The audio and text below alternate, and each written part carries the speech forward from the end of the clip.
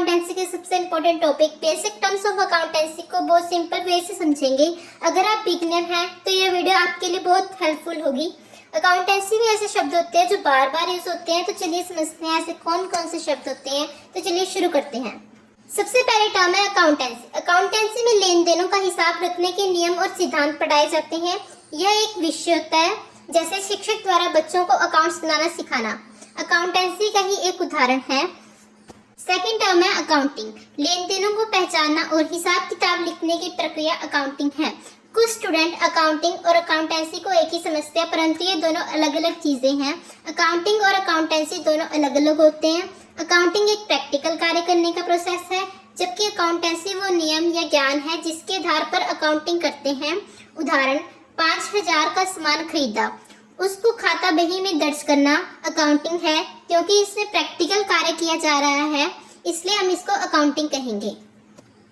Third term है business. Profit earn करने के पर्पस से किया जाने वाला कोई भी कार्य बिजनेस है, जैसे किराना की दुकान, मेडिकल स्टोर। क्योंकि इसमें मेन मोटिव प्रॉफिट अर्न करना है, तो इसे हम बिजनेस कहेंगे। ट्रांजैक्शन। व्यवसाय में होने वाला कोई भी ऐसा कार्य जिसे पैसों में मापा जा सके उसे ट्रांजैक्शन कहते हैं। जैसे 5,000 में सामान खरीदा, तो यह ट्रांजैक्शन है। कर्मचारी को 10,000 वेतन दिया, यह भी ट्रांजैक्शन है। ऐसा कोई भी कार्य जिसे पैसों में मापा जा सके ट्रांजैक्शन कहलाता है। कैपिटल। मालिक द्वारा व्यवसाय में लगाया गया धन या संपत्ति कैपिटल है।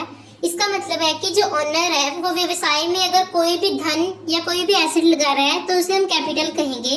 जैसे दुकान शुरू करने के लिए लगाए गए 1 लाख रुपए को हम कैपिटल कहते हैं। जो ड्राइंग्स, मालिक द्वारा पर्सनल यूज के लिए कोई सामान निकालना ड्राइंग्स कहलाता है। अगर हम इजी वे में कहें तो ओनर द्वारा पर्सनल यूज के लिए कोई गुड्स कैश लेना ड्राइंग्स है। अगर उदाहरण की बात करें तो उदाहरण है दुकान से 2,000 निजी खर्च के लिए निकालना।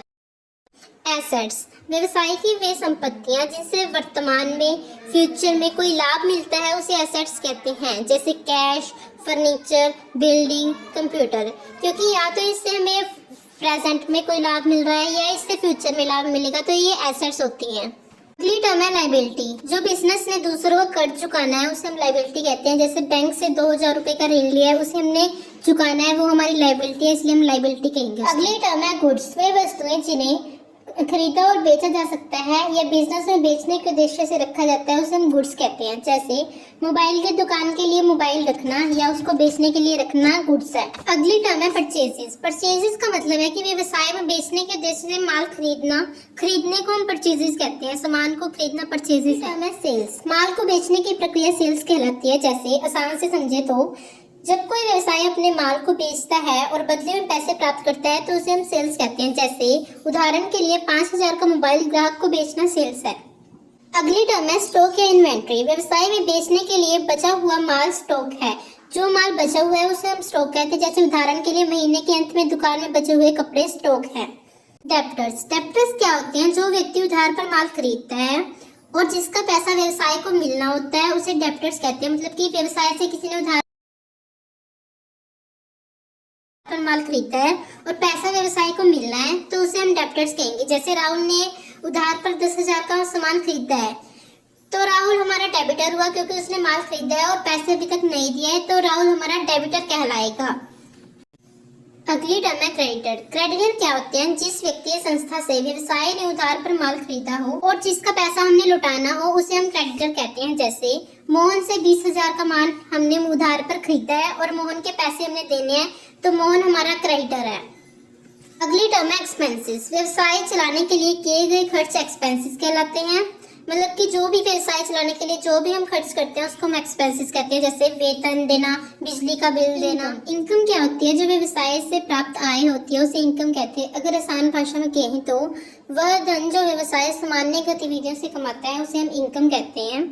किराया प्राप्त होना, कमीशन मिलना या अपनी दुकान से 20,000 का सामान बेचना।